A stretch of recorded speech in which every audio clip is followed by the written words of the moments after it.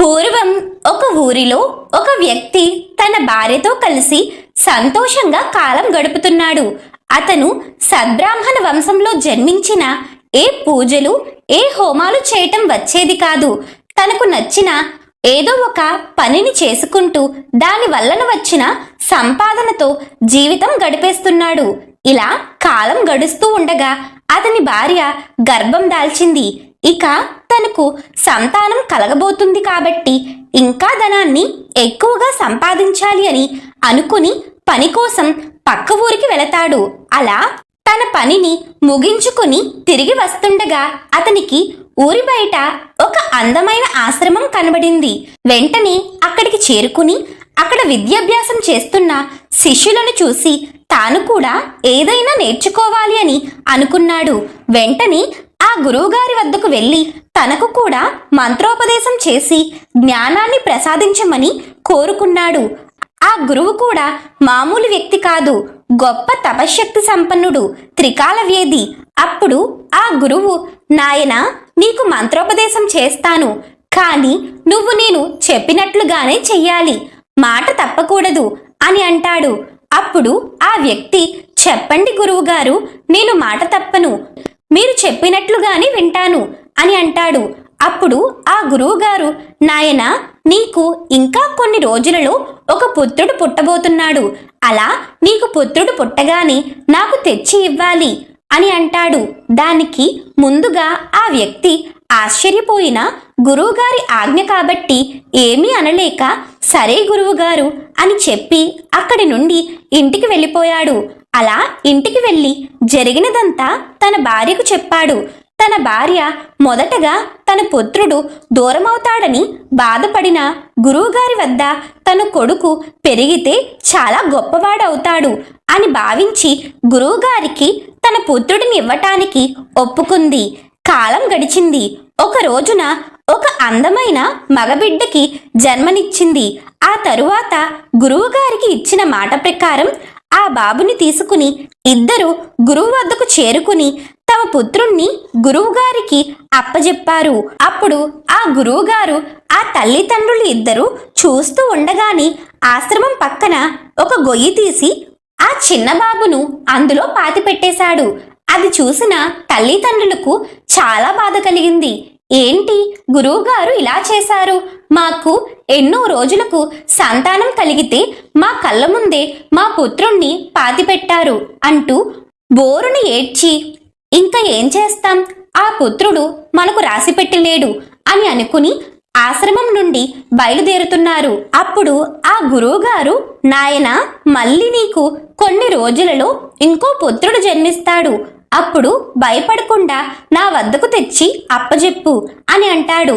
అలా తల్లిదండ్రులు ఇద్దరు ఇంటికి చేరుకున్నారు. పుత్రుని గురించే ఆలోచిస్తూ కొన్ని రోజులు బాధపడ్డారు. కాలం గడిచింది. గురువుగారు చెప్పినట్లే ఆమె మళ్ళీ గర్భం దాల్చింది. ఒక రోజున మళ్ళీ పుత్రుడే జన్మించాడు. కానీ ఈసారి గురువుగారికి తన పుత్రుణ్ణి ఇవ్వడానికి ఇద్దరు కూడా భయపడుతున్నారు. అప్పుడు ఆ భర్త తన భార్యతో ఇలా అంటున్నాడు, చూడు, గురువుగారు ఏది చేసినా ఊరికే చెయ్యరు, అందులో ఏదో మర్మం ఉంటుంది. అయినా మొదటి బిడ్డను పూడ్చిపెట్టారు, ఇప్పుడు అలా చెయ్యరు, నువ్వు ఏమీ భయపడకు అని అంటాడు.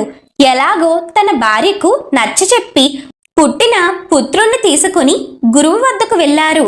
అప్పుడు ఆ గురువుగారు వారి వద్ద నుండి బిడ్డను తీసుకుని అతడిని తదేకంగా చూసి వెంటనే మరొక గొయ్యిని తవ్వించి అందులో ఆ పుత్రుణ్ణి ఉంచి పూడ్చిపెట్టాడు. ఈసారి తల్లిదండ్రులకు చాలా కోపం వచ్చింది.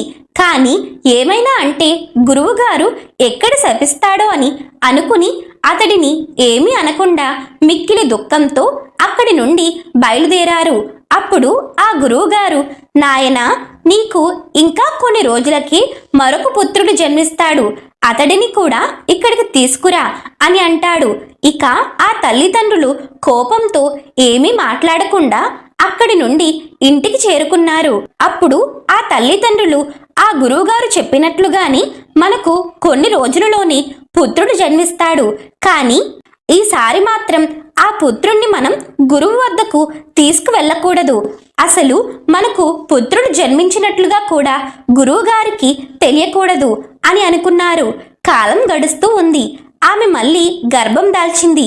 ఆ గురువు చెప్పినట్లే మళ్ళీ పుత్రుడే జన్మించాడు. తల్లిదండ్రులు ఇద్దరూ చాలా సంతోషించారు. ఎట్టి పరిస్థితిలో తమ పుత్రుణ్ణి గురువు గారికి ఇవ్వకూడదు అని చాలా జాగ్రత్తగా చూసుకుంటున్నారు. కానీ మరుసటి రోజు ఉదయాన్నే ఆ గురువుగారే తన ఇంటి ముందుకు వచ్చి, నాయనా, ఇచ్చిన మాటను మర్చిపోయావా? బిడ్డ పుట్టిన వెంటనే నా వద్దకు ఎందుకు తీసుకురాలేదు అంటూ అడుగుతాడు. అప్పుడు ఆ వ్యక్తి గురువుగారి పాదాలకు నమస్కరించి, గురువుగారు, నన్ను క్షమించండి. మేము 2 పుత్రులను పోగొట్టుకుని చాలా దుఃఖిస్తున్నాము. ఇక ఈ పుత్రుణ్ణి కూడా మీరు మా నుండి దూరం చేస్తారనే భయంతోనే మీకు చెప్పలేదు అని అంటాడు. అప్పుడు ఆ గురువు, నాయనా, నేను ఏది చేసినా మీకు మంచి జరగాలని చేస్తాను. మీరు నన్ను తప్పుగా అర్థం చేసుకున్నారు. ఇప్పుడు మీరిద్దరూ ఆ బాబుని తీసుకుని నా వెంట రండి. నేను ఎందుకు అలా చేశానో మీకు తెలుస్తుంది అని అంటాడు. అప్పుడు ఆ తల్లిదండ్రులు భయపడుతూనే తమ పుత్రుణ్ణి తీసుకుని గురువుగారి వెంట బయలుదేరుతారు.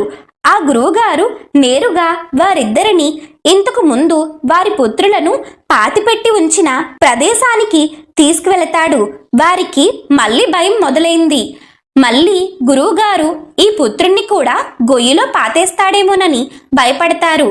అప్పుడు ఆ గురువు, నాయనా, భయపడకు అని చెప్పి ఆ పుత్రుణ్ణి తీసుకుని ఇద్దరిని పాతిపెట్టిన గోతుల మధ్యలో ఒక తెల్లని బట్టను పరిచి అందులో ఆ పుత్రుణ్ణి పడుకోబెట్టి ఆ తల్లిదండ్రులతో, నాయనా, కొద్దిసేపు నిశ్శబ్దంగా వినండి, మీకు కొన్ని శబ్దాలు వినబడతాయి అని చెప్పాడు. అప్పుడు తల్లిదండ్రులు ఇద్దరూ తదేకంగా వాటిపైనే దృష్టి ఉంచి వింటున్నారు. అప్పుడు వారికి మొదటి పుత్రుని గోతిలోంచి రెండవసారి పూడ్చిన పుత్రునికి ఏదో మాట్లాడుతున్నట్లుగా వినిపించింది.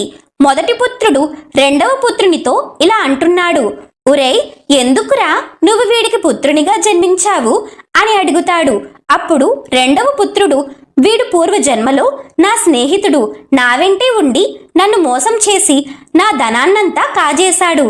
అందువల్ల నేను ఒక పిచ్చివానిలాగా మారి మరణించాను. వీడి మీద కోపంతోని ఈ జన్మలో వీడికే పుత్రునిగా జన్మించి వీడిని అష్టకష్టాలు పెట్టి వీడిని కూడా ఒక పిచ్చివానిలాగా మారుద్దామని అనుకున్నాను. కానీ మధ్యలో ఈ గురువుగారు వచ్చి ఆ పాపకర్మ నుండి వీడిని విముక్తిని చేశాడు.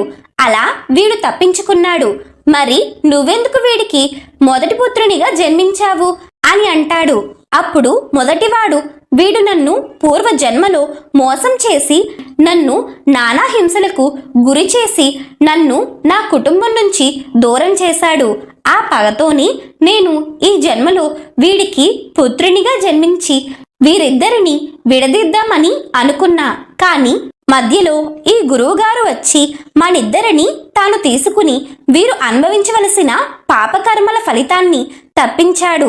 అలాగే మనల్ని కూడా పాపకర్మలు చేయకుండా ఆపేశాడు. దీనివల్ల మనకు తరువాత జన్మలో కష్టాలు పడే అవకాశం ఉండదు అని అనుకుంటారు. అప్పుడు మొదటివాడు రెండవవాడు ఇద్దరూ కలిసి మూడవ వాడిని ఇలా అడుగుతున్నారు, ఒరే, నువ్వెందుకు పుట్టావురా వీళ్ళ కడుపున అని అడుగుతారు. అప్పుడు ఆ మూడవ బిడ్డ, పూర్వజన్మలో నన్ను నా బిడ్డలు బంధువులు అందరూ నన్ను వదిలేశారు. అలా వదిలేసినప్పుడు వీళ్ళు నన్ను చేరదీసి నన్ను చివరి వరకు ఆనందంగా చూసుకున్నారు. అందువల్ల ఈ జన్మలో వీరికి పుత్రునిగా జన్మించి వీరిని కంటికి రెప్పలా చివరి వరకు ప్రేమతో చూసుకోవాలనుకుని వీరికే పుత్రునిగా జన్మించాను. మీరు వారిని పీడించడానికి పుత్రులుగా పుట్టారు కాబట్టి గురువుగారు మిమ్మల్ని గొయ్యి తీసి పాతిపెట్టారు. కానీ నేను వారిని సుఖపెడదాం అనుకున్నాను కాబట్టి నన్ను చంపకుండా గురువుగారు వదిలేశారు అంటూ ఆ మూడవ బిడ్డ సమాధానం చెప్పాడు. ఇదంతా వింటున్న తల్లిదండ్రులు ఎంతో బాధపడి గురువుగారి పాదాలపై పడి క్షమించమని వేడుకున్నారు. ఆ తరువాత గురువుగారు, నాయన, మనం పూర్వజన్మలో చేసిన పాపకర్మల వల్ల మనం ఎవరికైనా రుణపడి ఉంటే వారే మనకు బిడ్డలుగా పుట్టి ఆ పాపపుణ్యాలను అనుభవించేలా చేస్తారు. అందువల్లే కొందరు తమ సంతానం వల్ల అష్ట కష్టాలను అనుభవిస్తారు. మరికొంతమంది వారికి కలిగే సంతానం వల్ల చివరి వరకు చాలా సుఖాలను అనుభవిస్తారు అని చెప్పాడు ఆ గురువు.